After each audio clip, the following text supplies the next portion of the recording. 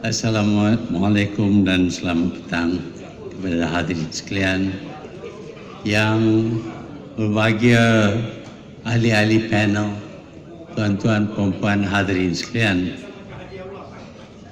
Lebih dahulu saya ucap banyak terima kasih kepada pihak yang mengadakan perhimpunan ini dan menjemput saya untuk hadir bersama. Saya ni nampak beza sikit daripada yang lain.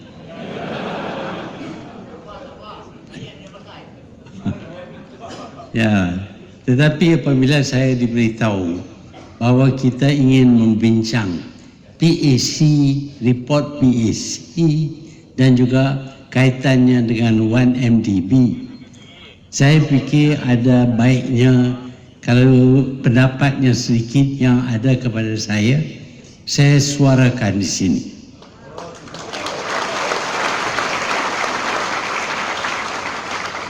Yang pertamanya kita tahu bahawa setelah diumumkan laporan ini, laporan PAC, Najib berada di pentas di depan TV dan berkata bahawa PAC ini menunjuk bahawa dia tidak buat apa-apa kesalahan sama sekali. Ada kita. Ini Najib kata, bukan saya kata.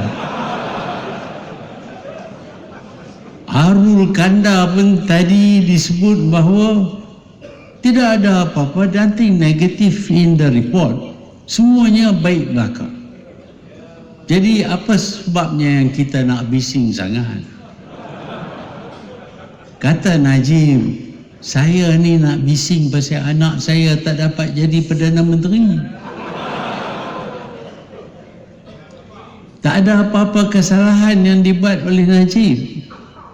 Tetapi kita lihat bagaimana laporan ini bertujuan hanya satu saja, untuk whitewash, untuk melepaskan Najib daripada tuduhan-tuduhan. Dan untuk memudahkan lagi, kita percaya bahawa laporan ini tidak ada kena-mengena dengan Najib. Dia mengenal pasti seorang kambing hitam. Nama dia Syarul. Wah, setia bukan main. Dia sanggup nak masuk jail pasal dia sayang sangat kepada Najib. Kita nak tengoklah bila dia masuk jail.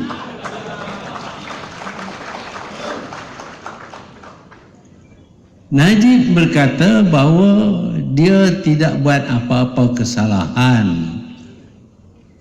Tetapi kita baca dalam surat laporan ini, satu kesalahan yang terbesar ialah berkenaan dengan tanggungjawabnya, responsibility-nya, berkenaan dengan bukan saja 1MDB tetapi pemerintahan Malaysia. Dalam memorandum 1MDB ini, para 117 menyebut bahawa tidak ada keputusan ataupun apa-apa keputusan yang dibuat tanpa disah dan ditandatangani oleh Najib. Ini disebut tadi, Kit Siang telah sebut perkara ini. Artikel 117 menyebut di situ bahawa tidak ada apa-apa keputusan boleh dibuat tanpa disahkan oleh Najib. Bagaimanakah kita mengesahkan sesuatu dokumen? Kita mengesahkannya dengan cara menandatangani. Bila kita tanda tangan satu kertas, satu artikel, ini bermakna kita memiliki dan mengesahkan dokumen itu. Tetapi sekarang ini ada lawyer bagi Najib berkata, itu tak bermakna mengesahkan. Najib dia sign saja, dia tak tahu apa pun isi kandungan. Dia tak baca pun. Ini lawyer. Saya ingat lawyer semua ni pandai-pandai, lebih pandai daripada doktor. Tapi lawyer ni cerita dalam hari ni punya laporan bahawa Najib sign pasal dia ini bukan tanggungjawab dia. Dia sign, dia tak tahu apa terdapat dalam dokumen itu. Dia sign saja, tutup mata sign. Macam mana orang macam ni boleh jadi Perdana Menteri?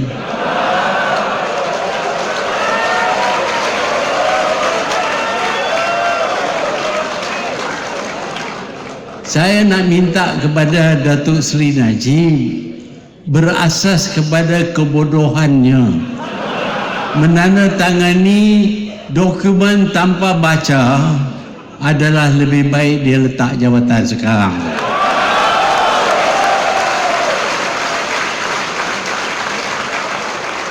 Ini Perdana Menteri tak baca, sign aja.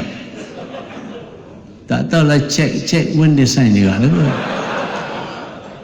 Kalau cek tu tertulis nama dia di situ nak bagi 42 bilion, dia sign tak tengok, bukan salah dia. Ini Perdana Menteri kita yang dibantu oleh Arul Kandasamy. Arul mengaku hari ini, walaupun dia kata tak ada apa-apa pun yang salah dari pihak 1MDB ini dalam laporan PAC, tapi hari ini dia mengaku nampaknya macam kita dah kena tipu. Baru dia sedar bahawa AA dengan IPIC ni rupanya bukan AA dengan IPIC daripada Abu Dhabi. Entah dia menjelma daripada mana pun tak tahu. Nama nak sama. Pasal nama nak sama, maka Arul pun percaya ini genuine. Jadi dia bagilah duit kepada orang ni. Tak sikit 3 bilion saja. Kemudian baru tahu kata ini tak kena ni orang online ni. Punya cekapnya dia mesti buat due diligence, periksa dengan teliti sebelum nak bagi duit. Kalau nak bagi dia RM100, saya kadang-kadang tak tengok muka lah pasal RM100. Ni nak bagi kepada orang bilion-bilion ringgit, tak tahu siapa dia. Kita tahulah orang Arab ni kadang-kadang pada kita nampak semacam saja. Semua ada janggut, semua ada jubah. Itulah sabit Arul tak kenal. Dia kata saya AA, saya IP. Tapi rupanya ada AA yang lain. Tapi duit dah bagi. Duit dah bagi. Nampak dalam IMDb ini dia seronok sangat nak guna nama yang lebih kurang sama dengan syarikat-syarikat lain. Dia ada sebuah syarikat yang bernama Blackstone Real Estate dan sebagainya. Semua orang kata, ini syarikat Amerika lah, Blackstone Group. Tapi bukan. Dia guna nama, jadi boleh tipu. Inilah cara 1MDB. Sebab itu dia bagi duit kepada sesiapa pun ikut nama saja, tak payah selidik. Dan keputusan nak buat pun tak payah refer kepada director apa semua. Apa nak tanya director semua, bagi sajalah, bukan banyak sangat duit, cuma $3 bilion aja. Orang bagi sampai $861 million. Gitu saja bagi, tak ada apa. No document even.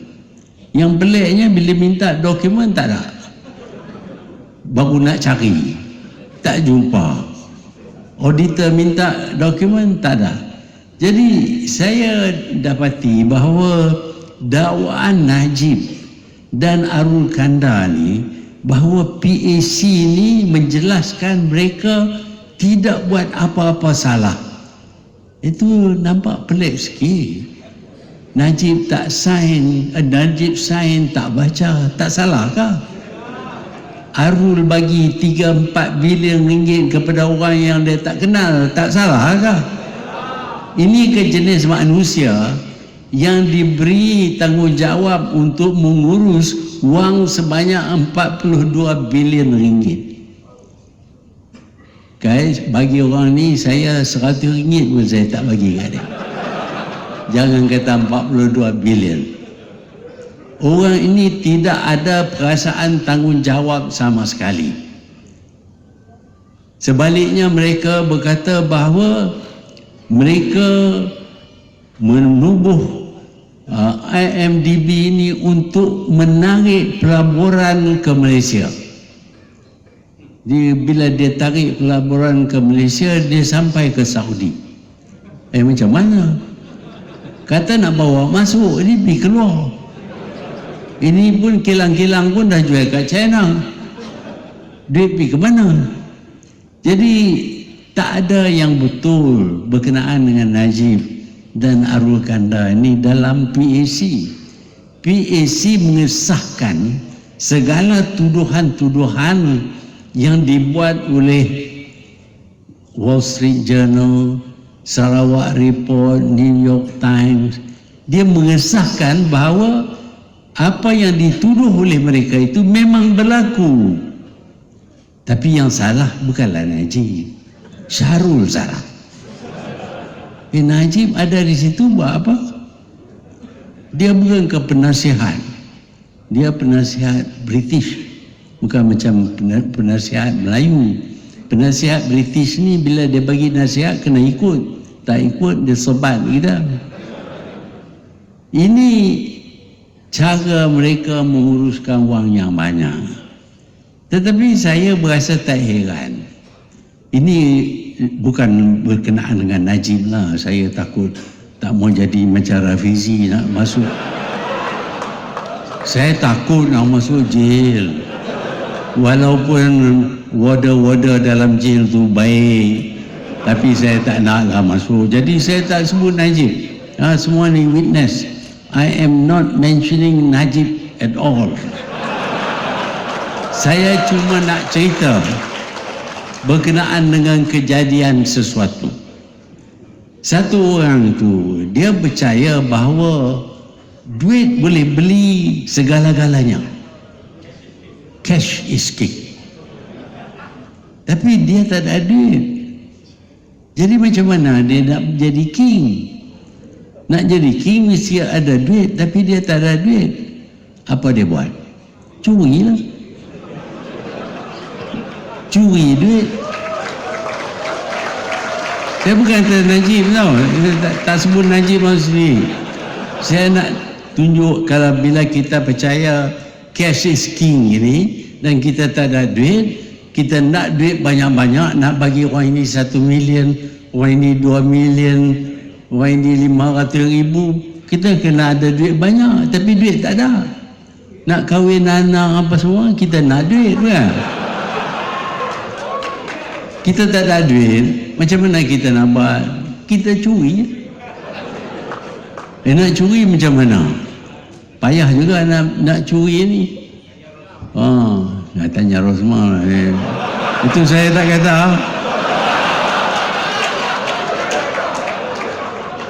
Datang seorang daripada Pulau Pinang. Dia ni bijak. Dia kata, bos, kalau nak curi, kita kena ada duit. Macam mana nak ada duit? Kita pinjamlah.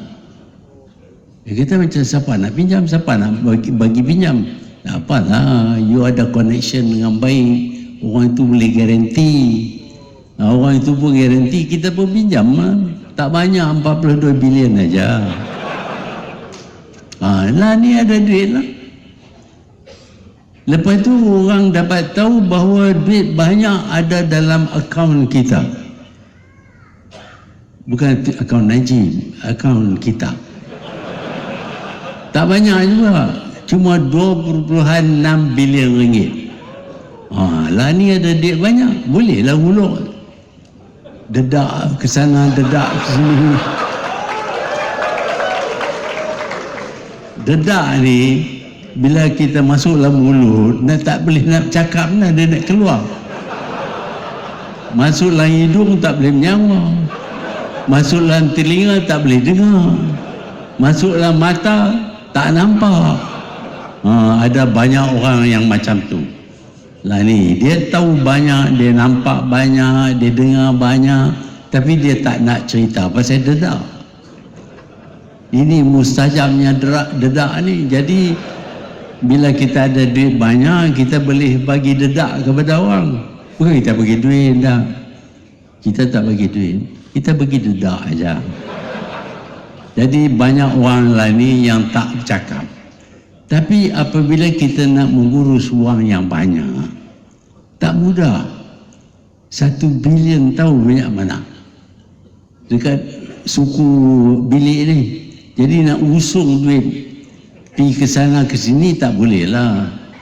Dengan bank pun dia bukan ada duit cash banyak, dia ada entry dalam book saja. Dia ada cek, dia terima. Jadi bila ada cek, bermakna ada dokumen. Bila dokumen itu masuk dalam bank, bank kena catat, dia terima dokumen, dia keluar duit. Jadi banyak dokumen diperlukan apabila kita mengurus wang dengan bank. Kalau ada 100-200 ringgit, tak payah pergi bank lah. Boleh bubuh bawa tilam, bawa bantai. Tapi bila ada 42 bilion ringgit, nak bubuh dalam bantai tak boleh tidur. Jadi kena bawa pergi ke bank. Bila pergi ke bank, orang tahu. Nak sembunyi macam mana? Takkan nak boleh sembunyi 42 bilion. Ada banyak orang tahu, tapi orang yang tahu ni dikata ingat-ingat. Kalau awak cakap pasal ini, awak masuk dalam. Tapi ada orang yang berani sikit. Dia buat laporan polis. Kononnya Najib curi duit. Apa lagi? Kena tangkap lah. Sebab tu negara demokratik ini, Najib kata kita tak nak demonstrasi jalanan, signature campaign. Kalau tak buat demonstrasi jalanan dan signature campaign, apa kita boleh buat? Buat laporan polis. Buat laporan polis, dituduh jadi teroris. Jaga-jaga kita ada teroris sini dalam bilik ni. Jadi kita tak ada jalan lain. Nak buat undi tak percaya, dah dedak kena banyak. Jadi kita tak ada jalan lain melainkan kita kena cari jalan yang kita boleh buat walaupun tak terdapat dalam perlembagaan. Jadi sekarang ni kita lancar satu kempen mendapat signature. Kempen ini ialah kempen daripada rakyat, citizen, untuk tanda tangani satu deklarasi meminta supaya Najib letak jawatan.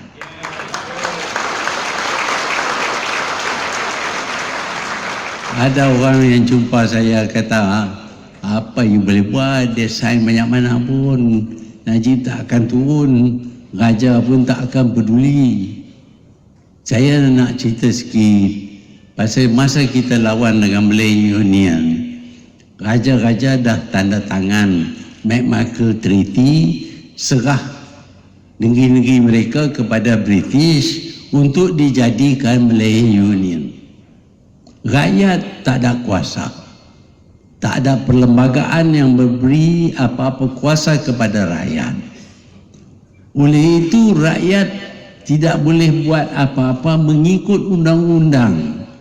yang boleh dilakukan oleh mereka ialah mendesak raja supaya menolak perjanjian yang ditandatangani oleh mereka. Mendesak raja-raja. Apabila nak ditabalkan High Commissioner bagi Malayan Union, raja-raja didesak oleh rakyat mereka supaya jangan hadir dalam upacara itu, dan raja-raja pun tidak hadir. Akhirnya raja-raja menuntut supaya dibatalkan perjanjian mereka dengan British. Walaupun tak ada dalam perlembagaan, walaupun rakyat pada masa itu tidak bijak, tidak ramai, tetapi suara rakyat adalah suara keramat.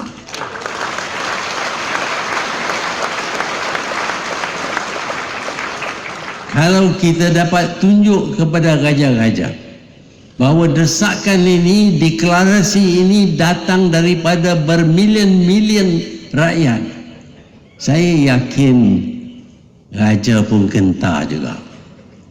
Bukan saja gentar, mereka saya fikir akan mendesak Najib suruh berhenti. Mungkin jadi, mungkin tidak. Tapi kalau tak buat apa-apa, mungkin tidak ajalah. Sebab itu walaupun kita melancarkan satu kempen yang tidak mempunyai asas kepada undang-undang ataupun perlembagaan, tetapi kalau kita tidak cuba, kita tidak akan berjaya. Saya yakin kalau bermilion-milion rakyat Malaysia menandatangani deklarasi ini, raja akan ambil berat kepada desakan daripada kita. Saya berharap kita semua bertindak. Jangan kita setakat berucap sahaja, seronok dengar. Bila kita berkumpul dalam bilik ini, kita dengar cerita-cerita kelakar, boleh gerak ketawa, tapi tentang kerja kita kena buat. Sebab itu saya merayu meminta kepada semua yang hadir pada malam ini supaya menandatangani yang belum tanda tangan lagi.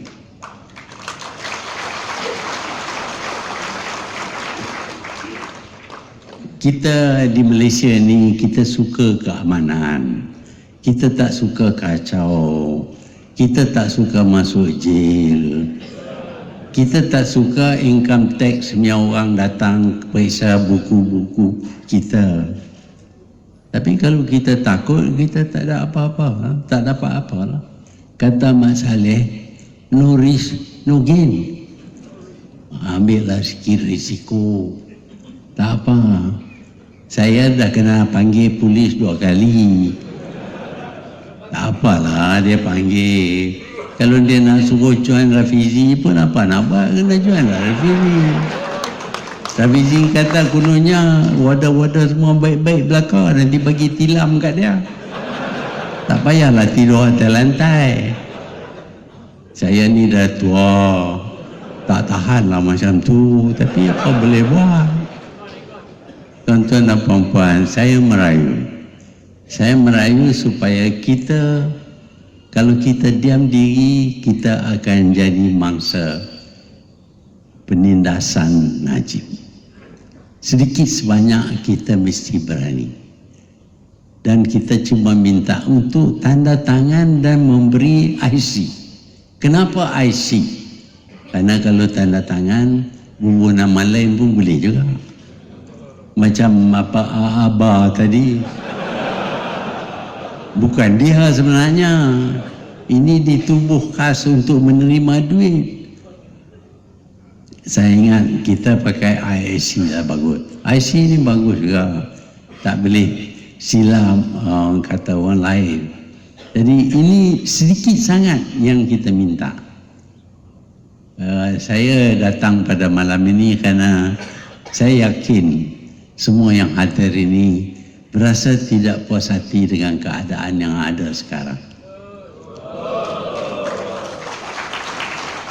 Kita tahu cost of living, sara hidup kita sudah meningkat. Kena GST, ditarik balik segala subsidi, tol pun dah naik, minyak turun tapi tak ada rasa apa pun. Macam-macam yang berlaku di sini yang tidak baik. Tetapi bagi saya yang menyedihkan sangat ialah melihat Perdana Menteri kita pergi ke Singapura minta izin Perdana Menteri Singapura pasal nak buat jambatan, nak buat railway, high speed railway. Kita kena pergi tanya sebuah negara lain, dia tak tahu ke kita dah merdeka? Nampak macam dia tak tahu. Tahulah dengan Obama ni okeylah, Obama kita nampak dia boleh ni. Tapi saya fikir bila kita merdeka, kita tak nak kuasa asing menguasai kita. Najib menggadaikan kemerdekaan kita. Caranya ialah dengan menggunakan konsultan daripada Amerika, daripada Britain, daripada Eropah. Juga ada pegawai-pegawai British yang bekerja dalam Prime Minister's Department. Saya tak tahu sama ada dia nak balik kepada zaman kita penjajah, dijajah ataupun tidak. Tapi nampak macam itulah.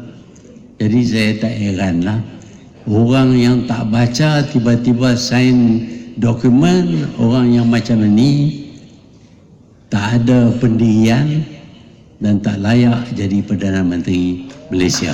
Sekian, terima kasih.